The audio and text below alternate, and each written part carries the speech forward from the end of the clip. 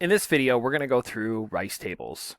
The essential question that we're going to answer is how can we use a rice table to calculate equilibrium concentrations and also the value of Kc for a chemical reaction. So before we can get into defining what a rice table is, let's look at this example. So we're given this reaction, we're given concentrations, and we're told our equilibrium constant is going to be this value right here. So let's start by setting up our equilibrium expression, which remember is products over reactants. So we have, products are going to be SO2. And because we have this coefficient of 2, that will be squared. And then we have O2. And then our reactants are going to be, or our reactant is going to be SO3. And it is going to be squared because it has a coefficient of 2. We're given all of these concentrations right here, so let's go ahead and plug those in. So SO2 is 0.37. We're going to square that. O2 is 0.86. And then SO3, 0.37. That's going to be squared. Okay, so we plug all of this in, and we get a value of 0.86. So that's what we calculated, but it doesn't match up with our known equilibrium constant. So here it is not at equilibrium. Okay, not at equilibrium.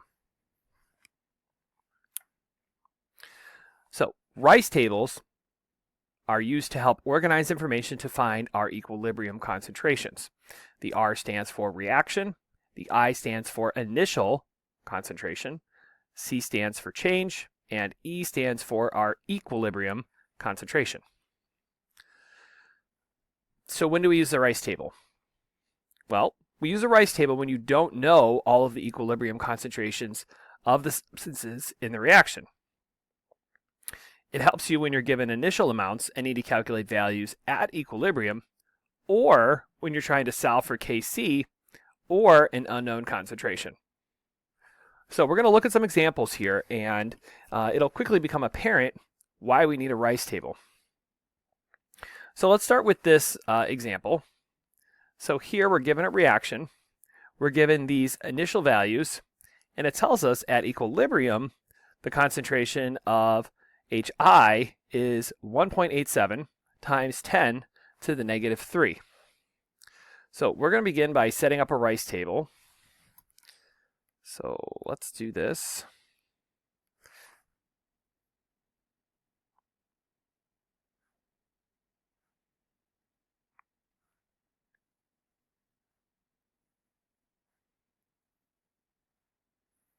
Okay, so we have 3 species here. So the R stands for reaction, so we have H2, we have I2, and we have HI. Okay, initial concentrations are given to us, so we've got 1 times 10 to the negative 3 initial concentration of our hydrogen. We have 2 times 10 to the negative 3, that's our concentration of iodine. And for HI, like when the reaction hasn't happened or when we're at time of 0, none of our products have been made, so we're going to write in a 0 there. Now, as the reaction progresses, our reactants are going to go down, our products are going to go up. If you go back and look at the reaction, both of our reactants have a coefficient of 1, but our product here has a coefficient of 2. So for every 1 hydrogen, we're going to make 2 HIs. For every 1 iodine that we use, we're going to make 2 HIs. So our reactants are going to go down by some number x. Again, it's a factor of 1. Our product is going to go up by a factor of x, but because we have a 2 in front of it, it's going to be 2x. So it's going to be appearing twice as fast as our reactants are used up. Now, at equilibrium, we're going to have our initial concentration minus some number x. So this is going to be, we've got, let's see, 1 times 10 to the minus 3 minus some number x. And we have, let's see, 1 times, or sorry, this one's 2. 2 times 10 to the minus 3 minus some number x. Okay, now we are told in the question that our equilibrium concentration of HI is that. So 1.87 times 10 to the negative 3. So if you haven't figured it out already, I plus C equals E. So I can solve for x by using this information here.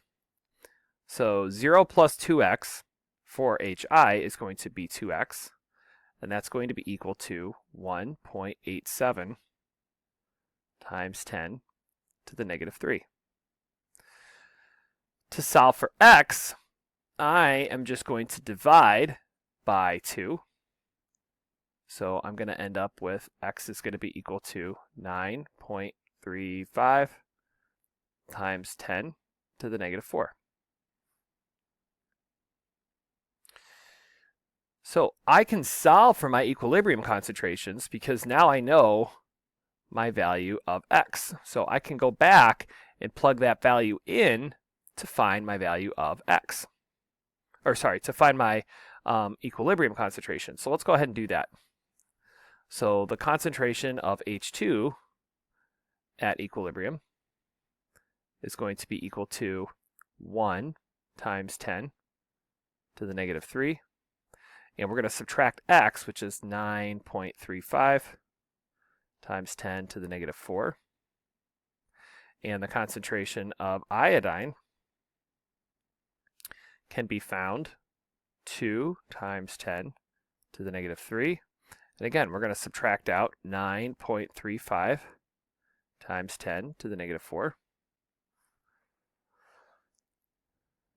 So when I do the math here, I'm going to end up with 6.5 times 10 to the negative 5.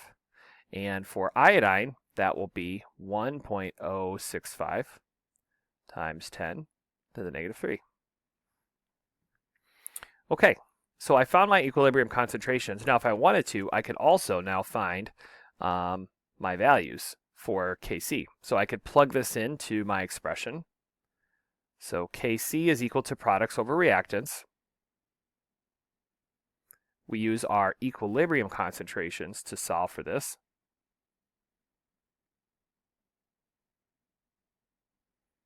So now that I have my equilibrium concentrations, I can plug those in. So in the initial question, we're given the information that our equilibrium concentration of HI is 1.87 times 10 to the negative 3rd. And down in the bottom, we solve for H2. H2 is going to be, oops, I forgot something important. So we want to make sure that we square this because it has a coefficient of 2. Almost forgot. Okay, down in the bottom, hydrogen is 6.5 times 10 to the negative 5.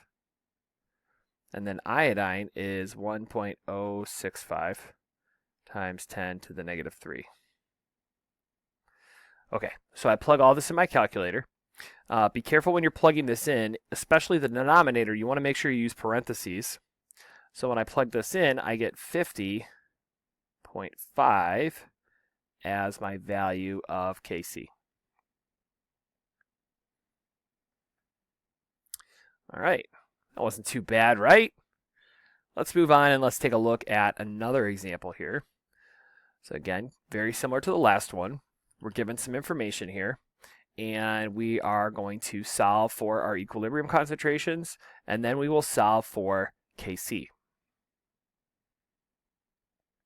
All right, so again, we're going to need a Rice table. So let's go ahead and set that up.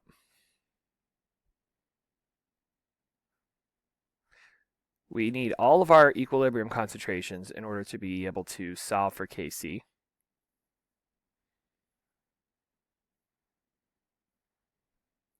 So in our reaction, we had 2 NOs. So NO, We'll account for the 2 in a second. And then we have O2. And then we have NO2.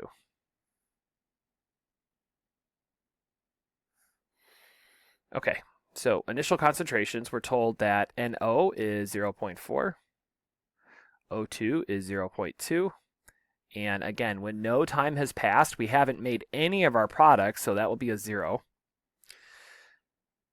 NO is going to go down by a factor of 2. O2 is going down by a factor of 1.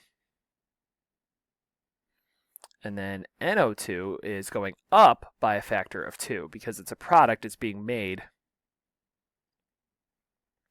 And we're told that NO2 at equilibrium is going to be 0.12. And for our other reactants, remember I plus C is going to be equal to E. So we're going to have 0.4 minus 2x and 0.2 minus x. So just like before, we can solve for our value of x. 0 and 2x is going to be equal to 2x, and that's going to be equal to my equilibrium value of 0.12. So x, if I divide both sides by 2, will be 0.06. I can solve for the concentrations of NO and O2 now, because I have my value of x.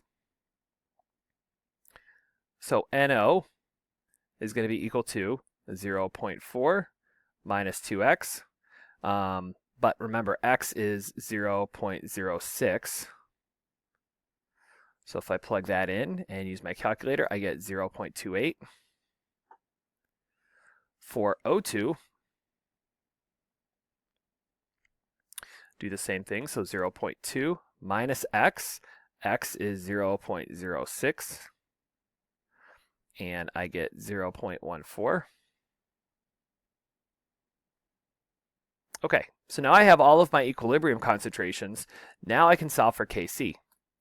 So Kc is going to be equal to products over reactants. So we've got NO2.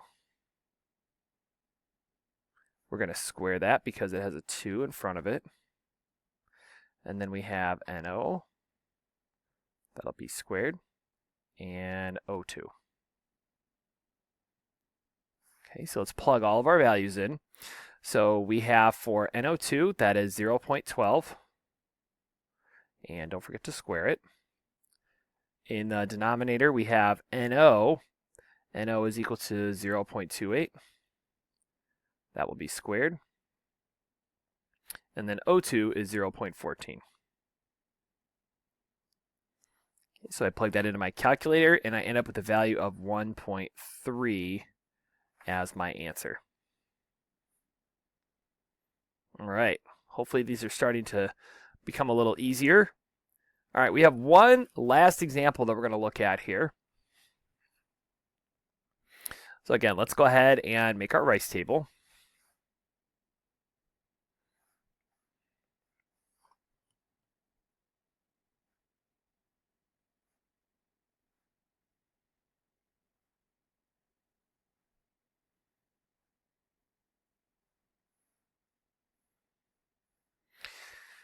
Okay, so we have CO and O2. And we have CO2 on the other side.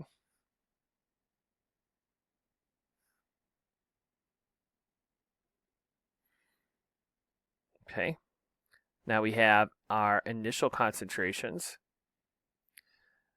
So let's see here. We know that our initial concentration of CO is 0.25. O2 is going to be 0.4. And we don't know the initial concentration. Well, actually, sorry, we do. We know it's going to be 0 here. All right.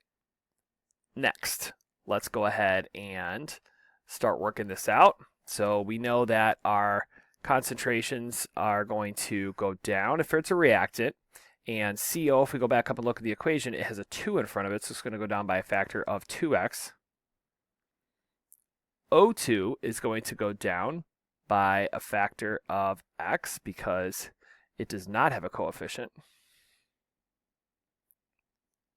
And CO2, we know, is going to go up by a factor of 2x.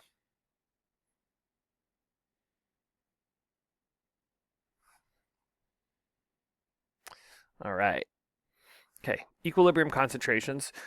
Here we know that equilibrium concentration of CO is going to be 0.1. O2 is, well, we got to add our I and our C together. So that will be 0.4 minus X. And then for CO2, we know that it is going to be equal to 2X. Okay, so let's begin by solving for X, because we can do that for CO. So 0.25 minus 2X is going to be equal to 0.1. So we have to do a little bit of algebra here. So we're going to want to, let's see, subtract 0.25 from both sides and then divide by -2. So if I do that, I get x is equal to 0.075. Now that I have that x, I can plug it in to solve for my concentrations of O2 and CO2. So let's start with O2.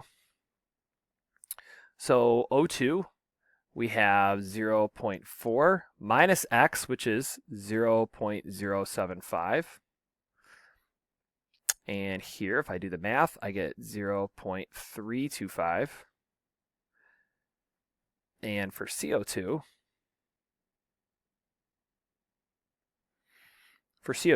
we know that it's just 2x. So 2 times 0.075. And if I do that, I get 0.15. Okay, so let's look at our expression. Our expression, Kc, products over reactants. So we have, let's see, CO2. That's going to be squared because of our coefficient of 2. And then down below, we have CO and O2. Want to make sure that we square CO2 because it has a 2 in front of it. And let's go ahead and plug in our values. So Kc is going to be products over reactants. So CO2 is equal to 0.15.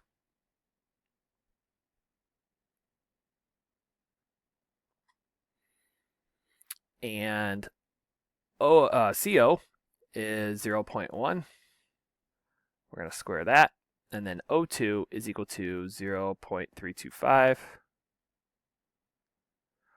Okay, so if I plug that into my calculator, I get 6.9 as my value. That's it. That is how to use Rice tables to find your equilibrium concentrations.